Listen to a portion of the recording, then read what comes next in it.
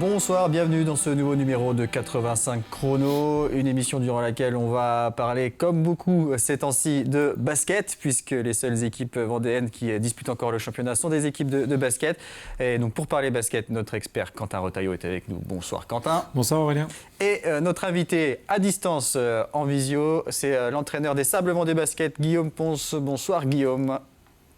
Bonsoir. On va revenir avec vous sur la victoire samedi soir face à Dax en National 1 masculine. On va tout de suite voir les images de cette rencontre. Donc samedi soir à la salle Beau Séjour. Quentin, victoire 69-62 des Sablais dans un match accroché. Mais enfin une deuxième victoire consécutive pour les Sables. Oui, première fois que les Sabres réussissent à enchaîner cette année. Donc une victoire 69-62 face à Dax. Un concurrent qui sera sûrement aussi un concurrent au maintien s'il y a des descentes. Mais une belle victoire en tout cas parce qu'ils ont été la chercher. Même si à la fin du premier quart-temps, ils menaient 26-23, mené à la mi-temps. Et après, il y a eu des choix, surtout défensifs, je pense, de la part de Guillaume. Il pourrait nous en parler tout à l'heure. Et une grosse réaction, un gros troisième quart-temps, un 15-6, emmené par un Chris Davis très bon offensivement ce week-end avec 16 points. Et puis Arnaud Imhoff sorti de banc aussi à apporter. Et on a pu voir aussi vraiment c'est une victoire collective, 25 points de la part du banc de touche. Donc voilà, ils ont été là chercher les joueurs des Sables. Il la fallait enchaîner une victoire face à Vitré, une victoire face à Dax. C'est de bon augure en tout cas. Donc voilà, c'est très bien pour eux. Guillaume, qu'est-ce qu'on peut dire sur cette rencontre ?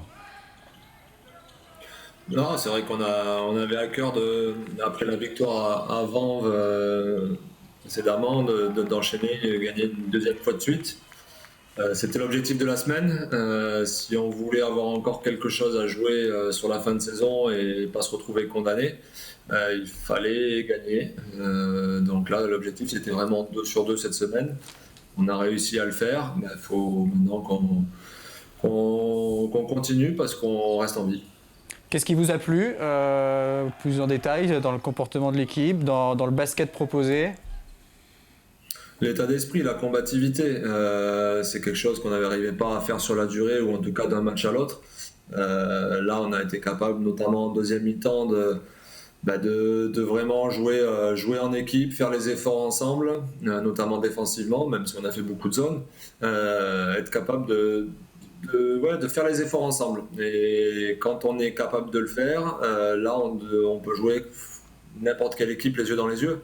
Maintenant, c'est là où par moment on pêche et avec les défaites, avec le doute qui s'installe, forcément c'est plus difficile. Donc là, repartir sur une bonne dynamique, j'espère qu'on va arriver à la maintenir et pour aller chercher ce maintien. On va écouter la réaction du coach de Dax, Denis Mettet, propos recueillis par Thibaut Grasset. On n'a pas fait un très très bon début, même si offensivement on était bien calé, mais on a pris quelques paniers qu'on n'aurait pas dû prendre et on a bien corrigé les choses. Et en deuxième quart-temps, c'était très très bien. À la mi-temps, on s'est dit qu'on était dans les clous, il fallait continuer comme ça, qu'il fallait continuer à mettre du rythme en attaque.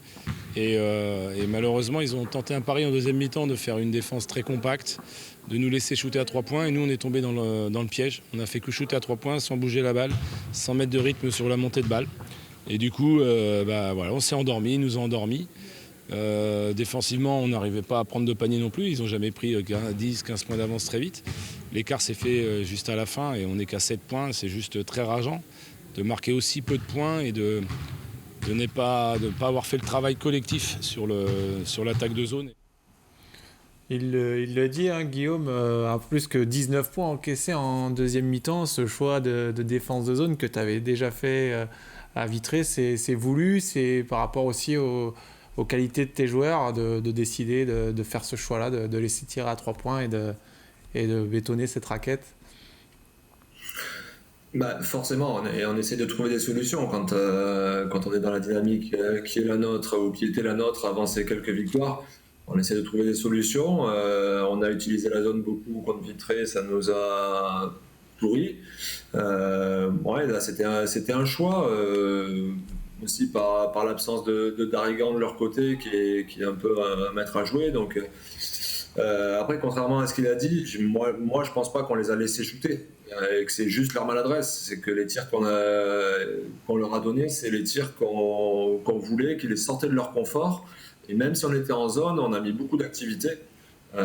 C'est aussi pour ça qu'on n'encaisse que 19 points, parce qu'on a contrôlé le rebond, on a été solide, mais j'ai envie de dire que ce soit de l'homme à homme, de la zone, si on est capable, même sur homme à homme, de mettre cette envie, cette volonté de jouer dur, de se battre sur chaque ballon, même en homme à homme, on est capable d'exister. Et là, sur ce match-là, oui, on avait la volonté justement de les sortir de leur confort, de bidouiller un petit peu pour arriver à trouver des solutions. Oui, et puis c'est vraiment une victoire aussi d'équipe. On voit que tous les joueurs pratiquement jouent, à part peut-être les plus jeunes, et puis tout le monde score. Donc voilà, c'est vraiment le groupe à chaque fois qui rapporte la victoire. Et tu as besoin de tout le monde vraiment pour espérer le maintien cette année en fait. Mais c'est sûr, on sait que dans notre équipe, les matchs qu'on a gagnés, c'est parce qu'on a joué ensemble. On n'a pas le talent individuel que peuvent avoir certaines équipes. Voilà. Et ça passera que par le collectif, que par la volonté de jouer ensemble. Et quand on est capable de le faire et de le faire sur la durée, chacun apporte, chacun dans son registre. À ce moment-là, on peut prendre des matchs. Mais dès qu'on oublie ça et qu'on oublie les vertus de combativité, là, on se met en difficulté. On va regarder le classement de ce championnat national 1 de la poule A, puisqu'il y a 2 poules, on le rappelle, et avec Challans, vous êtes dans la poule A, avec donc une 10e place avec 6 victoires et 13 défaites. Mais alors une 10e place qui ne veut pas dire grand-chose, puisque vous le voyez, il y a beaucoup de matchs en retard dans ce championnat. Donc 6 victoires, 13 défaites pour les Sables. On voit Challans, Quentin, qui est 4e, parce que Challans n'a pas joué samedi soir. Oui, un cas de Covid du coup dans l'équipe de Challans. Donc Challans qui a dû qui aura un nouveau match reporté du coup face à Vanves et qui probablement ne jouera pas son match contre Toulouse cette semaine. Parce que du coup les joueurs, le groupe est forcément en quarantaine. À l'isolement du coup. À l'isolement. Donc affaire à suivre pour Challans. On revient sur la Nationale 1 masculine dans quelques instants, mais on va s'intéresser pendant quelques minutes à la Ligue féminine avec la 12e journée, un match en retard de la 12e journée samedi soir entre La Roche-sur-Yon, le RVBC, et Bourges. Bourges, équipe invaincue depuis le début du championnat, qui se présentait à la Halle des Sports des Oudéry samedi soir avec 15 victoires en 15 matchs.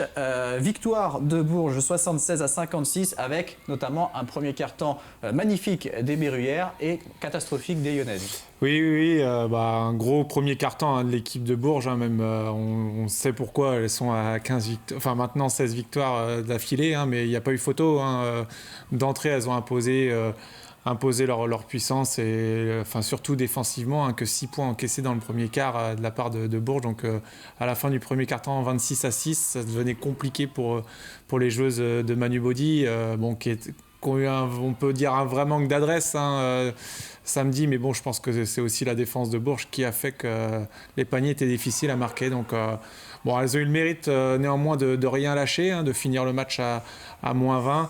Après, Olivier Lafargue a pu lui faire tourner et faire jouer toutes ses joueuses, et même mettre certaines joueuses au repos, comme je pense à Sarah Mitchell, qui avait inscrit 28 points en match aller et là du coup qui a pu être reposée parce qu'elle était blessée à l'épaule. Donc voilà, après c'était pour réussir l'exploit, il fallait faire le match parfait.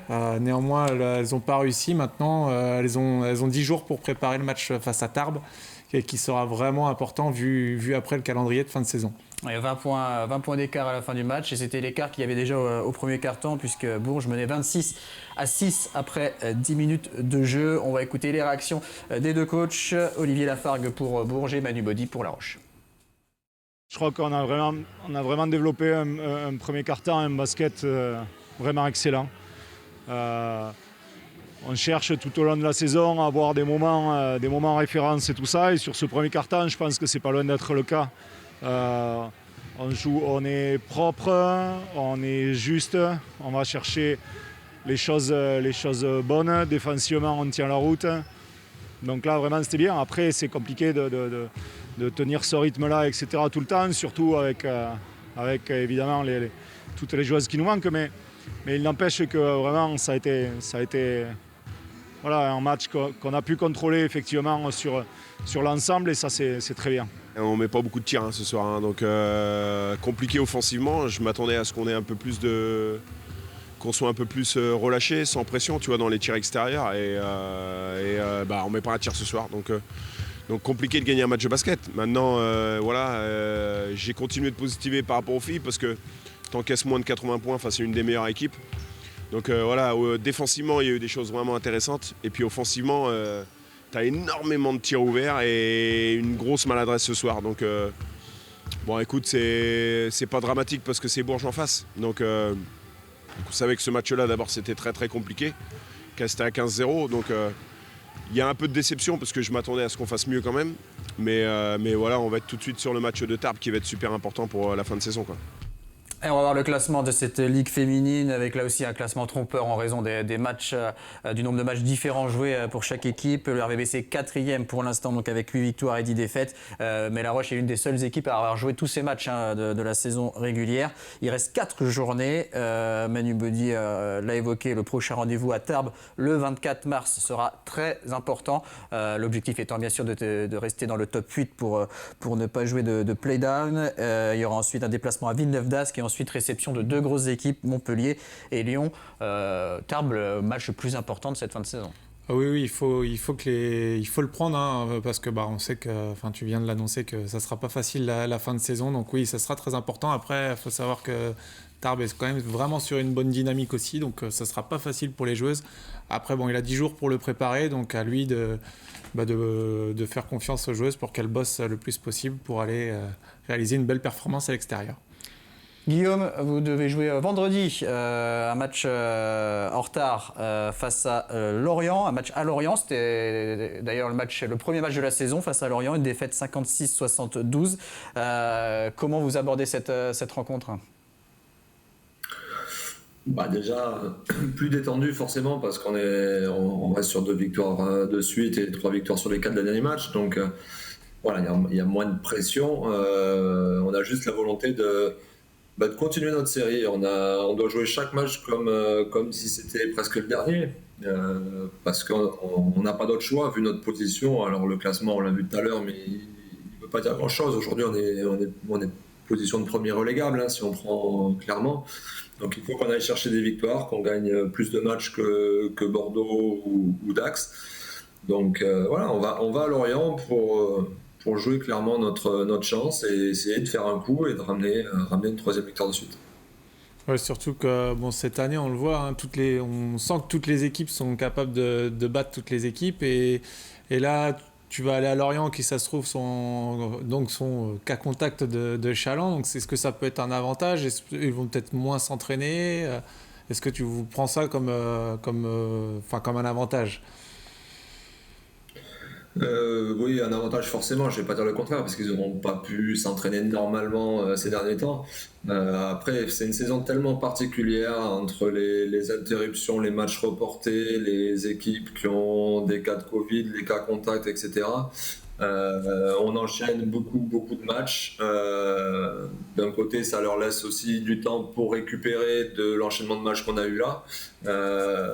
Après, on va pas... C'est clair qu'il vaut mieux jouer une équipe qui ne s'est pas entraînée que le contraire. Surtout qu'eux restent sur quelques contre-performances ces derniers temps. Donc je pense que on n'a rien à... Quand on est capable de montrer notre vrai visage collectif, on n'a rien à envier à beaucoup d'équipes et on est capable de jouer les yeux dans les yeux avec n'importe laquelle, parce que Lorient, ça reste une grosse équipe de la poule. Alors, et puis il y a cette incertitude sur cette fin de saison, comment ça va se dérouler, est-ce qu'il y aura une deuxième phase, est-ce qu'il y aura des descentes, ça ne joue pas en National 2, donc on a du mal à imaginer des descentes en National 1, sachant qu'il n'y aurait pas forcément d'équipe derrière pour les remplacer. Est-ce que vous avez des infos, des infos récentes sur à quoi va ressembler cette fin de saison ? Non, aujourd'hui on n'a aucune visibilité sur ce que ça sera, ne serait-ce que le championnat actuel avec la deuxième phase, est-ce qu'elle pourra commencer ou pas. Il faut que 100% des matchs aient été joués au 25 avril. Aujourd'hui, ça paraît difficile d'envisager, avec des équipes qui ont beaucoup de matchs de retard, de pouvoir avoir joué 100% des matchs le 25 avril. Donc ça voudrait dire qu'il n'y a pas de deuxième phase. Et dans ce cas-là, c'est les 2 derniers de chaque poule qui sont censés descendre. Voilà, nous, l'objectif, c'est de s'en sortir sportivement. Déjà, se maintenir sportivement. Après, si on doit être relégable et qu'on a la chance d'être repêché ou quoi que ce soit, bien sûr qu'on le prendra. Mais c'est vraiment pas l'objectif. Il faut qu'on soit vraiment focalisé sur un seul objectif, c'est sportivement avoir le maintien. Et c'est vrai que de ne pas avoir d'informations de la fédération ou d'être fixé sur ce que va devenir la fin de saison, c'est un peu difficile, mais c'est le cas pour tout le monde. Et donc prochain match à Lorient vendredi, il y aura ensuite un déplacement à Rueil et le prochain match à domicile le 27 mars face à La Rochelle. On reste au Sables d'Olonne mais pour parler d'un autre sport de saut à la perche puisque le perchiste Ethan Cormon était au Sables d'Olonne samedi lors d'un entraînement des jeunes du club du SEC Athlétisme au stade de la rue de Lierre. Ethan Cormon qui a franchi à 5,80 m lors du dernier All-Star Perche et qui a participé au championnat d'Europe en salle. Il est présélectionné pour les Jeux Olympiques de Tokyo puisqu'il a réalisé les minima. Et il est revenu au Sables ce week-end après avoir pu profiter l'an dernier des installations du club sablais pendant le confinement. Deuxième des championnats de France en salle cette année, il a donc encadré une séance d'entraînement et conseillé les jeunes perchistes sablais. On va écouter Ethan Cormon ainsi que Christian Méran, le coprésident du SEC Athlé au micro de Sandrine Pelletier. Le premier confinement, on a stoppé complètement l'activité du saut à la perche vu qu'on n'avait pas le droit de sauter. Et du coup, moi j'étais sur place. Et Christian, je l'avais croisé sur une compète, il m'avait filé son numéro et donc du coup je lui ai envoyé un petit message pour lui demander si j'avais accès au stade. Il m'a dit écoute, il n'y a pas de souci, tu me dis quand est-ce que tu veux t'entraîner. Et donc il m'a ouvert la porte pendant 2-3 mois je crois au stade, donc quand je voulais sur les horaires d'entraînement. Donc du coup ça a été vachement appréciable vu que ça m'a permis de préparer les championnats de France Elite, donc, qui étaient à Albi où je fais 3e. Et du coup, c'est une part indéniable de ma réussite, quoi. Ethan, qui nous en est reconnaissant, nous a proposé de venir éventuellement donner un petit coup de main avec les jeunes ou faire part de son expérience d'athlète international, puisque maintenant il est du niveau international avec sa sélection au championnat d'Europe. Et puis Ethan vient de franchir 5,80 m, ce qui le qualifie pour les Jeux Olympiques de Tokyo l'été prochain. Allez, un mot de voile avec le championnat du monde de 4,70 au Portugal auquel participait Aloïse Retornaz, licenciée au sport nautique sablais, associée à Camille Lecointre. Elle termine au pied du podium à la 4e place. Le duo a tout de même terminé sur une bonne note en remportant la Medal Race. Et puis quelques images de cyclisme avec la 79e édition de Paris-Nice qui s'est achevée ce dimanche avec la victoire de l'Allemand Maximilian Scharmann. Le coureur de Total Direct Energy, Pierre Latour, décroche la 3e place de la dernière étape et il termine 16e au classement général à 2 minutes 17 secondes du vainqueur. Vous le voyez sur la gauche de l'écran. C'est la fin de cette émission. Merci beaucoup Guillaume Ponce d'avoir participé à cette émission. Bonne fin de saison avec donc ce déplacement à Lorient et à bientôt. Merci. Bonne fin de saison. À bientôt. Merci Quentin. On se retrouve très vite pour parler basket avec les Sables et Chaland en National 1 et bien sûr La Roche-sur-Yon en Ligue féminine. On se retrouve jeudi soir pour un nouveau numéro de 85 chrono. On parlera de voile et de la solo maître coq. Très bonne soirée à tous.